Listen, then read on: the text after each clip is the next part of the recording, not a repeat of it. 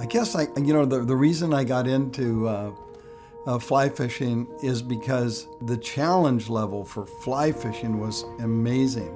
So I would suck up any article I could read of anybody fly fishing to try to gain as much knowledge as I could. I used to rifle hunt. I'm a bow hunter. I used to spin fish. I'm a fly fisherman because I think I'm getting the maximum out of all the sports, and I'm still like a little kid when I'm out on the water, and I'm a predator when I'm going after the fish. I focus, and that's part of the fun for me. That's part of the excitement, is that getting them to bite, trying to trick them, changing flies, changing leader, changing lines, standing, different. But bottom line is, it's all about presentation. It's how you put whatever you're offering to the fish, and we have it down pretty much to a science now.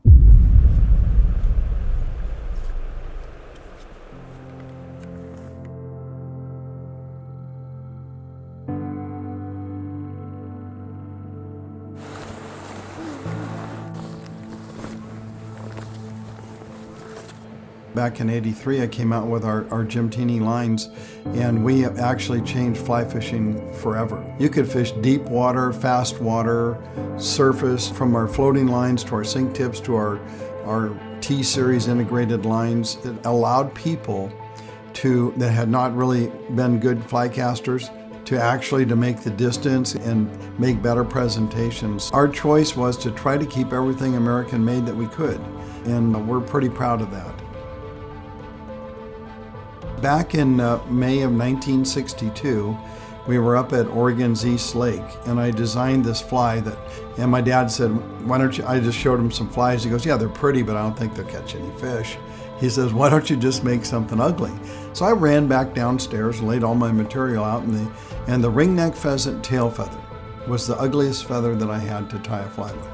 Not knowing what I could do with it, I put a number 8 hook in the vise, and I stripped off some of the fibers, tied it in on the back, and then I thought, well, I got to make a body, so I wrapped it around and made the body, and I thought, well, I got all these tips, just bend them under so they'd be like, wings or legs or feelers. And that was the origination of the teeny nymph. And I went on my first cast to the North Shore where the big high bluffs are. We hiked around and went down the shale, got to the shoreline, put my rod together, tied one of the flies on, and my first cast, I hooked in my opinion then, was a really big rainbow, and it was probably between 5 and 6 pounds. And that was the biggest trout I had hooked to that date. I got so excited I held onto my reel handle. When he wanted to run, I didn't let him, and I watched him swim away. So, that was a good start. Absolutely. I started working at Albertsons, and I did that for 2.5 years. And then I owned and operated the Academy Theater in Montevilla in Portland. And it was the last year of the 6 years that I had the Academy Theater that I first ventured into the fly fishing. And I didn't really know, because this fly was so good, and anywhere we went, the teeny nymph, that we kept it a secret for 9 years. And then we were up out on the Olympic Peninsula, and some of the people we were fishing with were attorneys from Portland. And my buddies, they said, Jimmy, you got to share your pattern, and maybe you can patent it. And I didn't know, so I went and I talked to them, to Ken Clark West, and he goes, yeah, come see me. He said, we'll see. Is it different? I said, well, it's really different. I make the whole fly with one feather. That launched me into it with encouragement from other people. I had no idea. Oh, my dad and I, Fred Teeny, we were best friends. My first deer, my first salmon, my first steelhead, my first chucker, my first pheasant. You can think of all those great my first were all with my dad. And my dad loved the outdoors. He loved fishing and hunting and golf, and he just did a lot of things. But what I'm really proud of, he wasn't a fly fisherman and he wasn't a bow hunter. And I got him into fly fishing and to bow hunting, before he drowned on the Sandy River. So.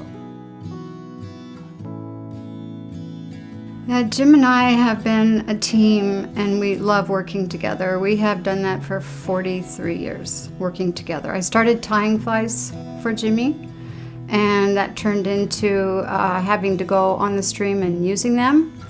And we've just been a great team. I'm more the organized one, and he's the one that's out in front of, doing his deal, which he does better than anybody I know.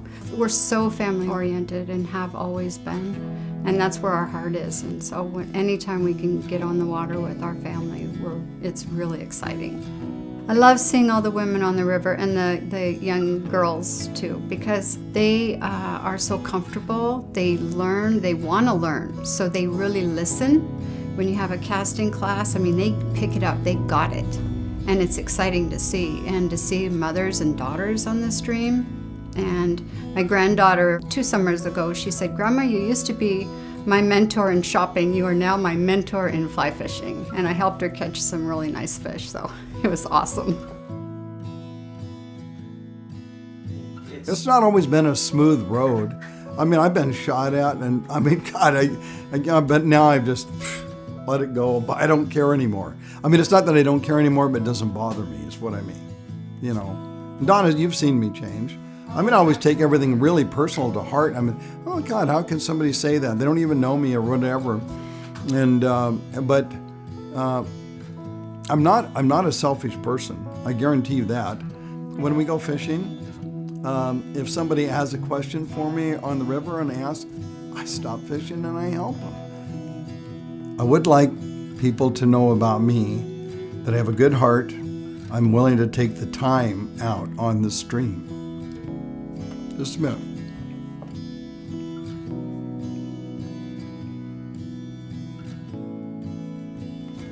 Sorry.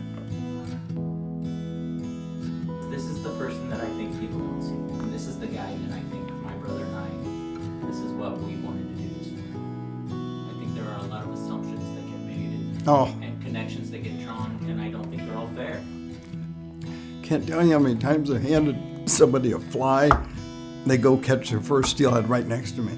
They're just like, it's electric. It's awesome. Well, in the future, Donna and I, we want to help, like with Project Healing Waters for disabled vets, Casting for Recovery, women, with recovering from breast cancer. We'd like to be able to give back, and that's what we really want to do. We want to be able to give back and to help people along their journey in their life, and we want to bring more youth. We need to bring more youth into our sport, I don't mean just our sport, just fly fishing. So we need to bring them in so they can share a campfire. They can go hiking in the mountains. They can go hunting with their mom and dad, or they can go fishing with their mom and dad, or their best friends. This is what we want to do. And we have 6 beautiful grandchildren, and I can tell you they all fly fish. There's so much more to the world that a lot of people are not getting, and if we can help that in many, many ways, we'll be richly rewarded too.